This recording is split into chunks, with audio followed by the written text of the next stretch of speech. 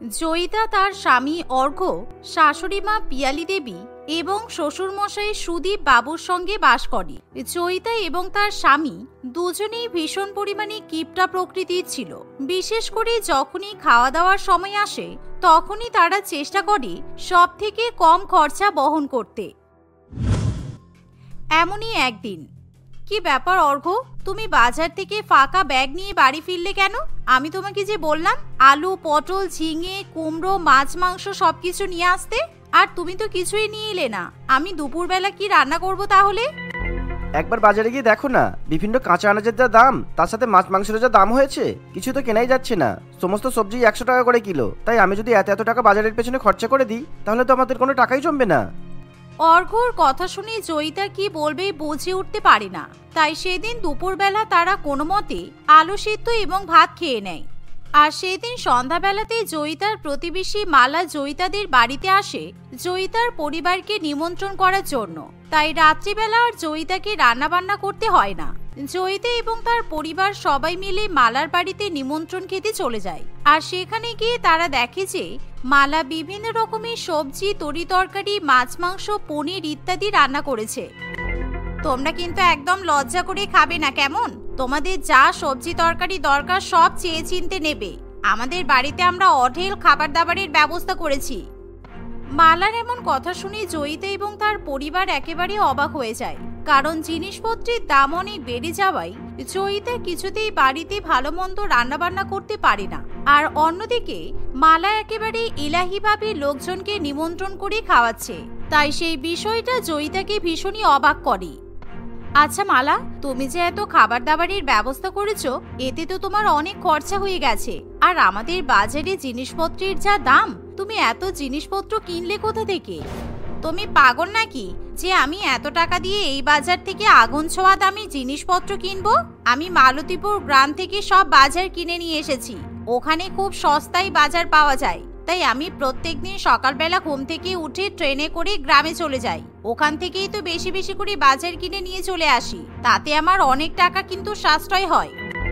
মালার কথা শুনে জয়িতা খুবই খুশি হয়। আর পরের দিন সকালবেলা ঘুম থেকে উঠে জয়িতাও ঠিক করে সে মালার সঙ্গে গিয়ে গ্রাম থেকে সস্তায় বাজার কিনে নিয়ে আসবে। তাই সে বাজারের ব্যাগ নিয়ে বাড়ি থেকে বেরোবে। এমন সময়, কি ব্যাপার বৌমা, তুমি সাত সকালবেলা বাজারের ব্যাগ হাতে নিয়ে কোথায় যাচ্ছ?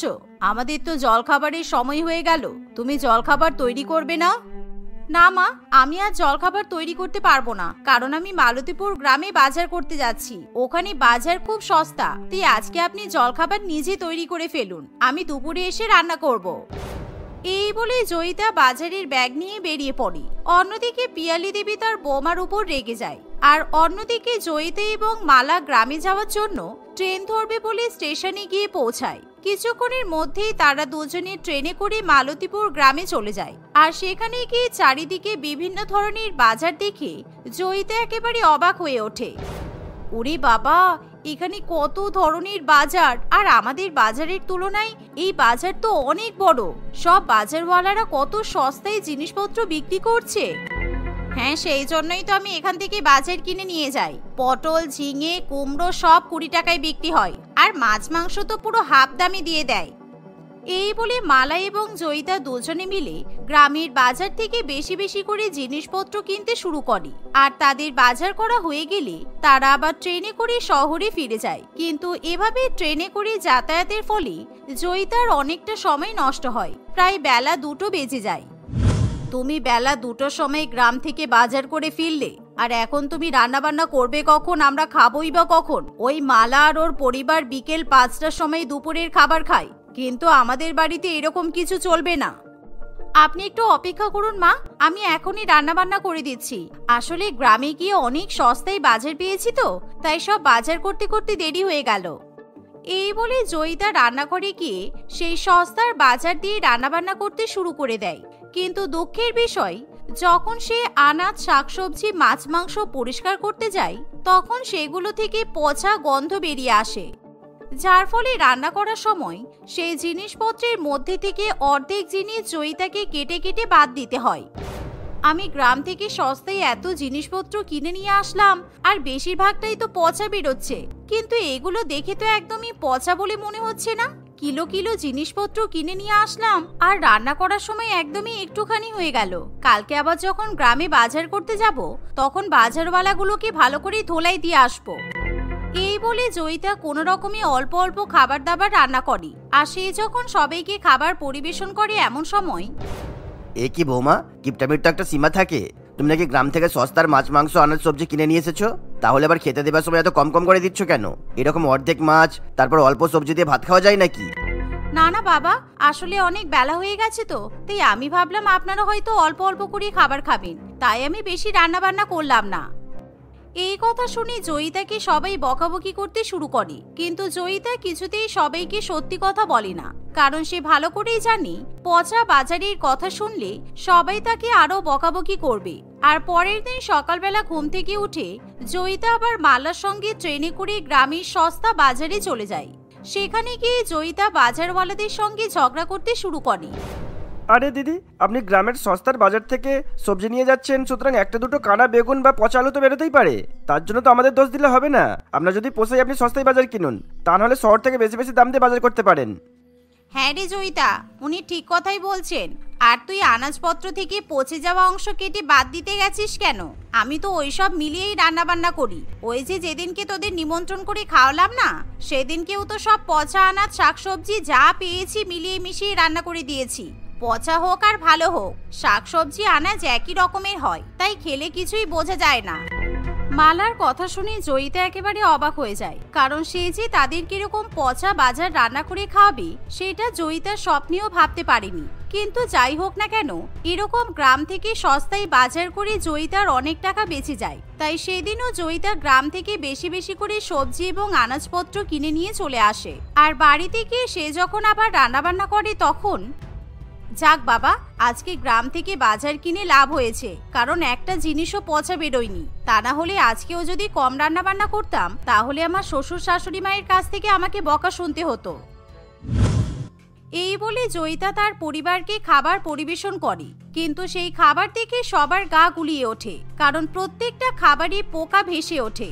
আসলে জয়িতা গ্রাম থেকে আজকে যে বাজার কিনে নিয়ে আসে সেই সবকটা সবজিতে পোকা থাকে, আর জয়িতা সেটা বুঝতে পারে না। তাই সেই পোকাওয়ালা আনাজপত্র কেটে জয়িতা রান্নাবান্না করে। বৌমা, তোমার কি ব্যাপার বলো তো? তুমি গ্রাম থেকে প্রত্যেকদিন সস্তায় বাজার কিনে নিয়ে আসছো, আর তারপর একদিন কম রান্না করছো, আজকে আবার রান্নাতে পোকা ভর্তি। ছি, এরকম খাবার খাওয়া যায়? আমার ভীষণ গা গুলিয়ে আসছে। এই বলে সবাই খাবার টেবিল ছেড়ে উঠে যায়, আর জয়িতা ভীষণই বিপদে পড়ে।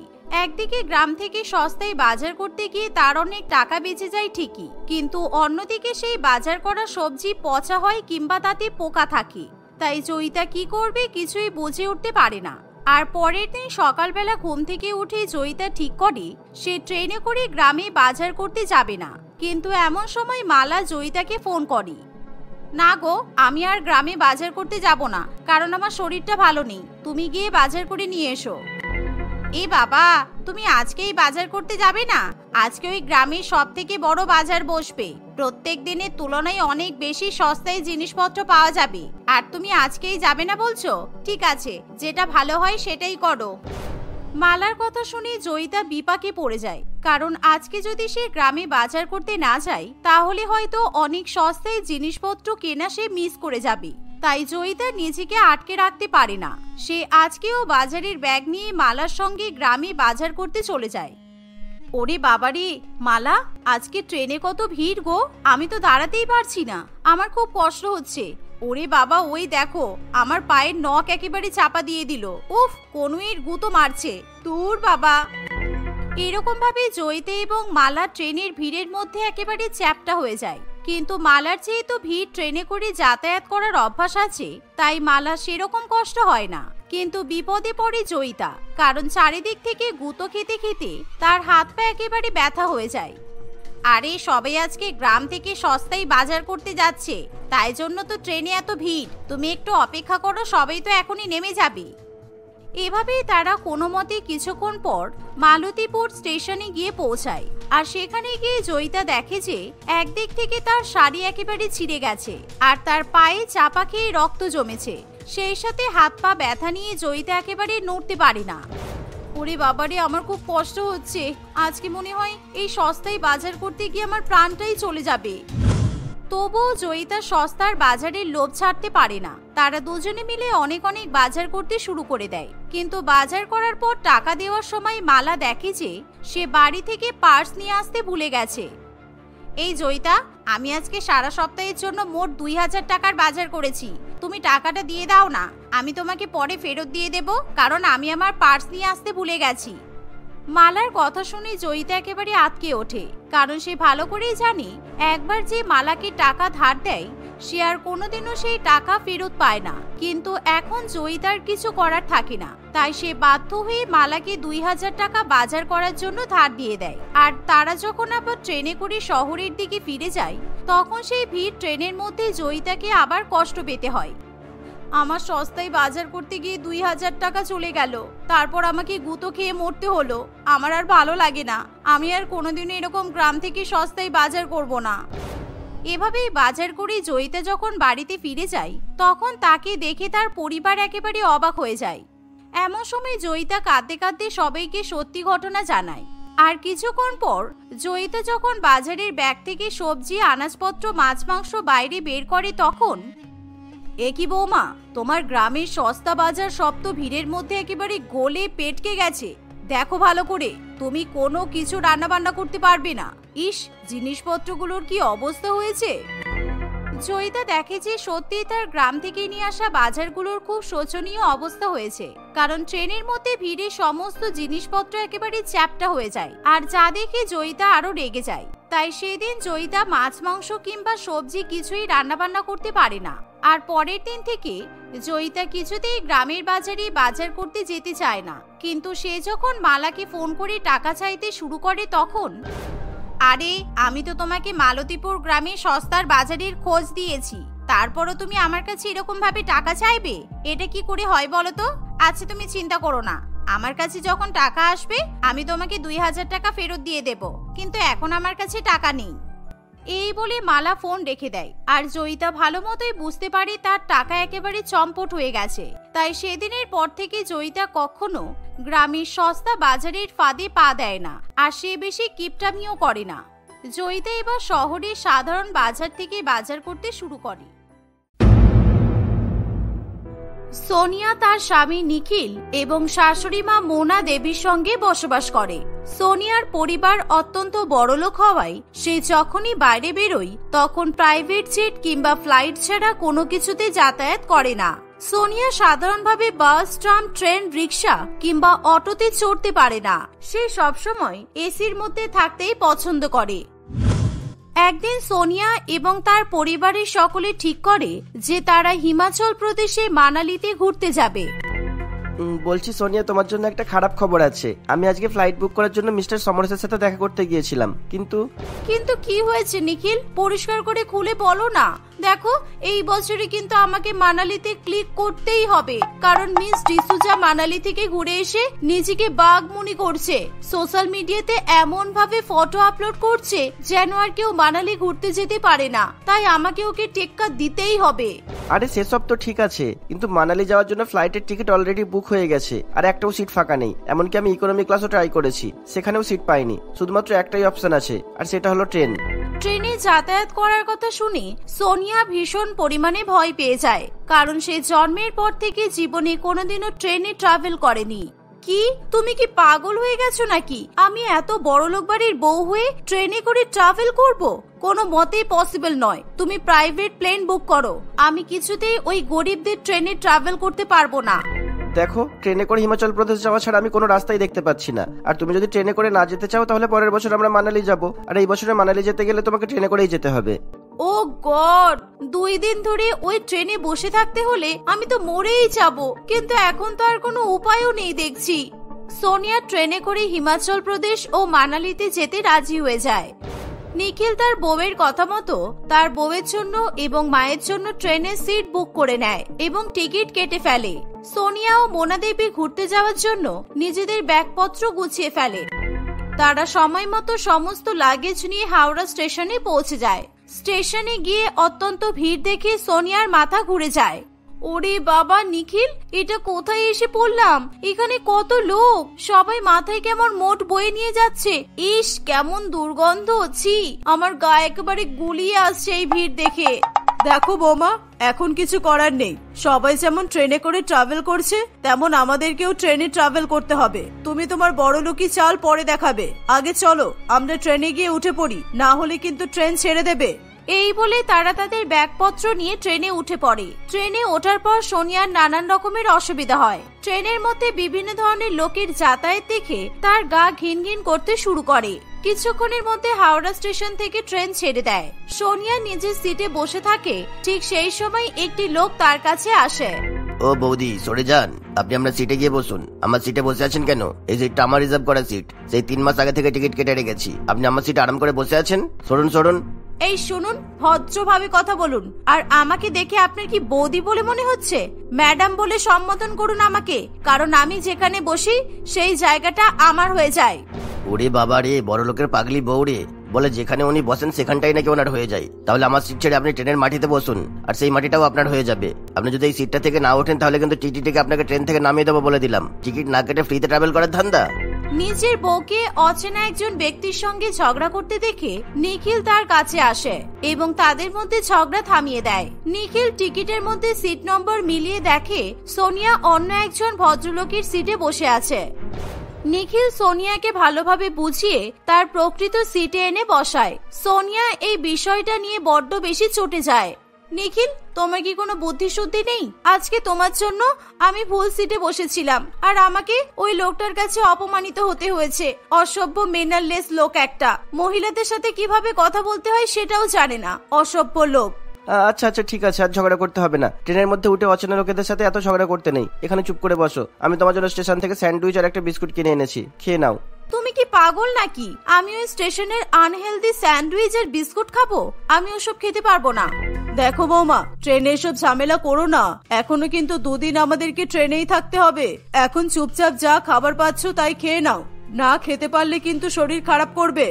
এভাবে নিখিল এবং তার মা দুজনে মিলে সোনিয়াকে খাওয়ার জন্য জোর করলে সে স্টেশন থেকে কিনে নিয়ে আসা স্যান্ডউইচ এবং বিস্কুট খেতে বাধ্য হয়। সোনিয়ার পেটে খিদে থাকায় সে সব স্যান্ডউইচ এবং বিস্কুট খেয়ে নেয়।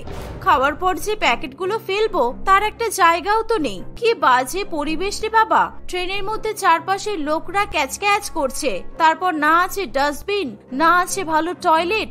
আমি বরঞ্চ জানালা দিয়ে প্যাকেটগুলো ফেলে দিই, কেউ কিছু বুঝতেই পারবে না।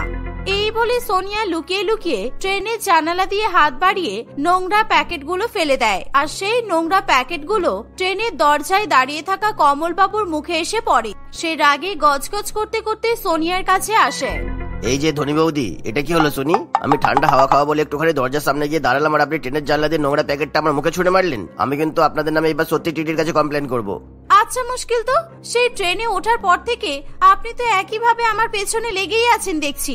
আপনি আমার নামে কমপ্লেন না করে টিটিকে বলুন প্রত্যেকটা সিটের সামনে একটা করে ডাস্টবিন রেখে দিতে, তাহলে আর জানালা দিয়ে প্যাকেট ফেলতে হবে না। আর আমি কি করে বুঝবো আপনি ট্রেনের দরজায় মুখ বাড়িয়ে দাঁড়িয়ে আছেন? একটু চোখটাকে ভালো করে ঘোরান বৌদি, দেখুন দরজার সামনের বাথরুমের পাশে একটা ডাস্টবিন রাখা আছে। এবার থেকে যদি কিছু ফেলার হয় তাহলে ওই ডাস্টবিনে গিয়ে ফেলে আসবেন, জানলা দিয়ে আর প্যাকেট ছুঁড়ে ফেলবেন না। এগুলো একদম ঠিক না, আপনি কিন্তু নিজের দেশের সম্পত্তি নোংরা করছেন। এই বলে কমলবাবু সেখান থেকে চলে যায়। দেখতে দেখতে ট্রেনের মধ্যে প্রায় 1 দিন কেটে যায়। সোনিয়ার ভীষণ পরিমাণে গরম লাগায় সে ট্রেনে কিছুতেই বসতে পারে না। রাত্রিবেলায় ট্রেনটা যখন একটি নদীর উপর থেকে ব্রিজের মধ্যে দিয়ে পাস করছে, তখন তার গায়ে ভীষণ ঠান্ডা হাওয়া লাগে এবং সে খুব আরাম পায়। আর সেই আরামের জন্যই সোনিয়া ট্রেনের চেনটা টেনে দেয়, আর ট্রেনটি সঙ্গে সঙ্গে ব্রিজের উপর থেমে যায়। আরে সোনিয়া, এ কি করলে তুমি? এরকম ট্রেনের চেন ধরে কেউ টেনে দেয়? বিপদকালীন অবস্থায় লোককে বাঁচানোর জন্যই ট্রেনের মধ্যেই চেনটা টানা হয়, আর তুমি হাওয়া খাওয়ায় বলে চেন টেনে ট্রেনকে থামিয়ে দিলে। শোনো, ট্রেন থামিয়ে দিয়েছি কিছুক্ষণের জন্য, তাতে কোনো অসুবিধা নেই। আমার ভীষণ গরম লাগছে, আর আমি এই নদীর ঠান্ডা হাওয়া খাবো বলে ট্রেনটা থামিয়েছি। আর এতে আশা করি কারোর কোনো অসুবিধা হবে না। সবাই তো ঠান্ডা হাওয়া খেতে পছন্দ করে বলো। ব্রিজের মাঝখানে ট্রেন থেমে গেছে দেখে এবং তারা যখন জানতে পারে যে সোনিয়া ট্রেনের চেন টেনে ট্রেনটা থামিয়ে দিয়েছে, সকলে ভীষণ পরিমাণে তার উপর রেগে যায়। তারা সকলে মিলে সোনিয়ার সঙ্গে ঝামেলা করতে শুরু করে। আপনাকে সারাদিন ধরে দেখছি আপনি বড্ড বাড়াবাড়ি করছেন। এখন ট্রেনটা যে থেমে গেল, এখন যদি পেছন থেকে একটা ট্রেন এসে ধাক্কা মারে তখন আপনিই তো মরবেন, আর আপনার সাথে এতগুলো ফ্যামিলিও মারা যাবে। আর আপনাকে বলছি নিখিল মশাই, এইরকম হলে আপনার বউকে একটা প্রাইভেট ট্রেন বুক করে দেবেন, যাতে ট্রেনটা সে তার বাবাকেলি মনে করে আরামে যাতায়াত করতে পারে। আচ্ছা মুশকিল তো, আপনারা আমার সাথে এমন ব্যবহার করছেন কেন? আপনাদের কি গরম লাগছে না বলুন? একটুখানি হাওয়া খাবো বলে ট্রেনটা থামিয়েছি, এতটা কিছু খারাপ কাজ আমি করিনি। যত সব মিডল ক্লাস লোকজন একেবারে। এই বলে কমলবাবু ট্রেন চালকের কাছে গিয়ে ট্রেন চালাতে বলে আসে এবং ট্রেনটা আবার নিজস্ব গতিতে চলতে শুরু করে দেয়। দেখতে দেখতে প্রায় 2 দিন কেটে যায়। সোনিয়া ভীষণ কষ্ট করে ট্রেনের মধ্যে 2 দিন কাটিয়ে দেয়। সে ভালো করে ট্রেনের বাথরুম পর্যন্ত ব্যবহার করতে পারে না। সেই বাথরুমে ট্রেনের সকল যাত্রীরা টয়লেট এবং পটি করছে দেখে সোনিয়া নিজের প্রাকৃতিক ডাক চেপে রেখে দেয়। ওই ট্রেনের মধ্যেই শেষ দিন রাতে নিখিল সোনিয়াকে বলে, দেখো সোনিয়া, আজকে ট্রেনের মধ্যে কিন্তু শেষ রাত। কালকে সকালবেলা হতে না হতেই আমরা হিমাচল প্রদেশে পৌঁছে যাব। তাই তুমি প্লিজ আজকে কোনো কাণ্ড ঘটিও না, চুপ করে লোয়ার বার্থ থেকে শুয়ে পড়ো। রাত্রেবেলা যদি কোনো অসুবিধা হয় তাহলে আমাকে ডাকবে, কেমন? এই বলে নিখিল নিজের সিটে শুয়ে পড়ে। সোনিয়াও চুপচাপ ভাবে নিজের জায়গায় শুয়ে পড়ে। ট্রেনের মধ্যে সকল যাত্রীরা ঘুমিয়ে পড়ার পর, উফ, হিমাচল প্রদেশের ট্রেনটা ঢুকতে না ঢুকতেই কি ঠান্ডা পড়েছে। আর এই ঠান্ডার মধ্যে যদি একটু মদ খাওয়া না যায় তাহলে ব্যাপারটা ঠিক জমবে না। কিন্তু ট্রেনের মধ্যে আমি কোথায় মদ খাবো বুঝতে পারছি না যে। সকালবেলা সোনিয়া সকলের কাছ থেকে লুকিয়ে একটি বাদামওয়ালার কাছ থেকে বাদাম ভাজা এবং মুগ ডাল ভাজা কেনে, যাতে সে পরে মদের সঙ্গে সেই ভাজাগুলো খেতে পারে। রাত্রিবেলা সোনিয়া ড্রিঙ্ক করতে ইচ্ছা করলে সে চুপি সারে বাথরুমের কাছে চলে যায়। এখন যদি বাথরুমের মধ্যে বসে ছিটকানি লাগিয়ে মদের সিগারেট খায় তাহলে কেউ কিছু বুঝতে পারবে না, আমার বড় শাশুড়ি মাও টের পাবে না। কিন্তু এই মিডল ক্লাসের ট্রেনে বাথরুমে যা গন্ধ, ঢুকতেই তো গা ঘিন ঘিন করছে। এই বলে সোনিয়া মদের বোতল এবং সিগারেট নিয়ে কোনো মতে ট্রেনের বাথরুমে ঢুকে পড়ে। সে বাথরুমে বসে ড্রিঙ্ক করে এবং সিগারেট টানতে শুরু করে দেয়। ঠিক এমন সময় ট্রেনের বাথরুমের দরজায় টোকা পড়ে এবং সোনিয়া ভীষণ পরিমাণে ভয় পেয়ে যায়। কে কে বাথরুমের দরজাতে ধাক্কা দিচ্ছে? বাথরুম করতে এসেও তো দেখছি শান্তি নেই। আরে বৌদি, তাড়াতাড়ি দরজাটা খুলুন, আমার ভীষণ জোরে পটি পেয়েছে। এতক্ষণ ধরে ট্রেনের মধ্যে পাবলিক টয়লেটে কেউ আটকে বসে থাকে নাকি? তাড়াতাড়ি খুলুন বলছি, তা নাহলে কিন্তু আমি বাইরে পটি করে ফেলবো। আপনার চালাই দেখছি আমি ভালো করে বাথরুমও করতে পারবো না। আমার সাথে অসভ্যতামি করে আপনি যে কি মজা পাচ্ছেন আমি তো বুঝে উঠতেই পারছি না কিছুতেই। সোনিয়া মদের বোতল এবং সিগারেট লুকানোর জায়গা খুঁজে পায় না, তাই সে মদ এবং সিগারেট খেতে খেতেই দরজাটি খুলে দেয়। কমলবাবু সোনিয়ার দিকে নিজের আইডি কার্ডটি দেখিয়ে বলে, আমি কলকাতা সিবিআই ব্রাঞ্চের অফিসার। আপনি যখন মদের বোতল আর সিগারেট নিয়ে এইদিকে আসেন তখনই আমার সন্দেহ হয়, আর তাই আমি আপনাকে ফলো করে এখানে এসে উপস্থিত হই। বাথরুমের তলা থেকে যখন ধোঁয়া বের হয় তখন আমি শিওরও হয়ে যাই। আপনার এত বড় লোকই ফুটানি, তা আপনি জানেন না ট্রেনের মধ্যে ড্রিঙ্ক করা বা সিগারেট খাওয়া আইনত অপরাধ, আর আপনাকে এই অপরাধের জন্য আমি সারা জীবনের জন্য কারাদণ্ড দিতে পারি। সোনিয়া কমলবাবুর কথা শুনে খুব ভয় পেয়ে যায়। সে ভয়ের চোটে কেঁদে ফেলে। এরকম ঝামেলা শুনে সকলের ঘুম ভেঙে যায়। নিখিল এবং মোনা দেবী বাথরুমের সামনে এলে কমলবাবু তাদেরকে সমস্ত ঘটনা জানায়। আমার খুব ভুল হয়ে গেছে, আমি আর কখনো এই কাজ করব না। প্লিজ আপনি আমাকে ছেড়ে দিন। এই অপরাধের জন্য আমাকে জেলে ধরে নিয়ে যাবেন না আপনি। এখন যদি আপনাকে ছেড়ে দিই সোনিয়া দেবী, তাহলে বাকি সবাই আজকারা পেয়ে যাবে এবং সকলেই ট্রেনে উঠে সিগারেট এবং মদ পান করবে। তাই আপনাকে ছাড়ার কোনো প্রশ্নই আসছে না। বেশি ধনী ভাবতে গিয়ে আপনি নিজের জালেই ফেসে গেছেন। এখন যদি আপনাকে ধরে নিয়ে যাই তখন আপনার মান সম্মান কোথায় যাবে বলুন তো? সোনিয়ার স্বামী এবং শাশুড়ি মাও কমলবাবুর কাছে অনেক করে ক্ষমা চায়। বিশেষ করে মোনা দেবী কমলবাবুকে অনুরোধ করায় সে তার কথাটা শোনে এবং সোনিয়াকে জেলে ধরে নিয়ে যায় না। তারপর থেকে সোনিয়া আর কখনোই নিজের বড়লোক হওয়ার রোয়াব কাউকে দেখায় না। সে সাধারণভাবে জীবনযাপন করতে শুরু করে। এভাবেই ধনী বউয়ের প্রথম ট্রেন জার্নি তার জীবনে চিরস্মরণীয় হয়ে থেকে যায়।